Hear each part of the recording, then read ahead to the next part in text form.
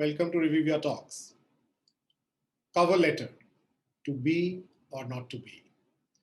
This is a constant point of discussion that when you apply for a new opportunity, should you also share a cover letter along with your resume? So let's talk about that today. Will it be useful to have a cover letter along with the resume? Well, there is no cut and dry response to this question. However, my effort is to give you some perspective with this 5-10 minute talk. Point number one that you need to be mindful of is most recruiters are generally pressed for time when they are reviewing a profile. Typically, research says that a recruiter looks at a particular profile for a maximum of 10 to 15 seconds. Now, in those 10 to 15 seconds, they are trying to skim through your profile and figure out whether you're relevant for the role or not. So, unless your cover letter is making life easy for that recruiter in helping them identify your skill sets and making that decision about whether you're the right fit or not, then you should not include the cover letter. Okay?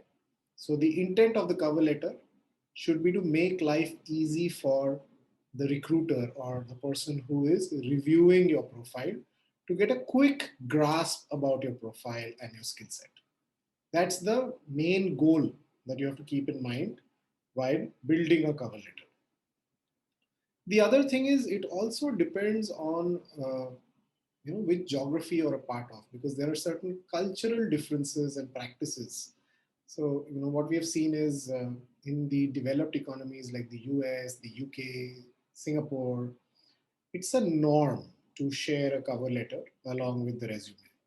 However, in the developing job markets, India, for example, and the cultural nuances that we see in India, where people generally are in a bit of a hurry all the time, it is not the norm to share a cover letter for every opportunity.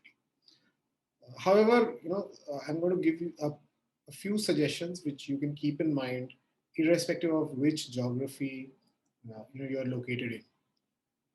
Mostly, if you see, cover letters aren't effective if it is just part of your generic profile. The whole intent of building a cover letter should be to make it more specific. It is more effective when you are customizing it and applying for a specific opportunity. See, the cover letter is your opportunity to be a little more creative in highlighting your profile.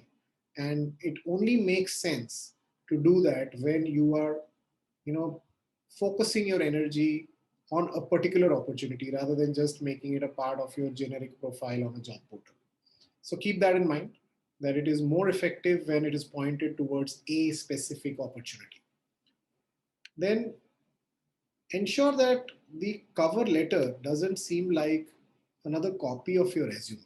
Then there is no fun. If you are going to pretty much write the same thing which is there on your resume in a few different words on your cover letter, then it doesn't really add any value. Chances are that the recruiter would actually get frustrated looking at repetitive stuff. So make it complementary. What you can do is, as I said, number one, make it specific to the opportunity that you're applying for. Second, ensure that there is a glimpse of your skill sets and expertise which effectively comes out in the cover letter. By the way, the cover letter should in no case be more than 3/4 of a page. It needs to be crisp, it needs to be pointed, and it should not be long-winded. As I said in my first point, recruiters don't go through a profile for more than 15-20 seconds. You will just make your case even more difficult if you make it a long cover letter, right? So keep that in mind. It has to be crisp, it has to be pointed, it should bring about the right kind of highlights when it comes to your profile. And what can follow in the resume is basically a double click of that. Once you've mentioned certain skills, certain expertise, in the cover letter, the resume can kind of expand further on it.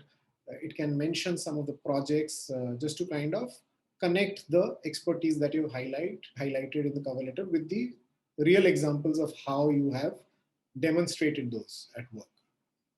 All right. So keep these things in mind when you are building a cover letter.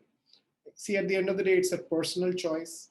Uh, as I would say, you need to weigh your options. You need to consider these points that I've mentioned, and then finally take a call whether you would want to go for a cover letter or not. Some clean, useful formats can always be handy. You can get a lot of these formats on the net. In fact, we have some of the formats of cover letters also uploaded and available on our own website, reviewia.co. So you can try those as well if you choose to build a cover letter.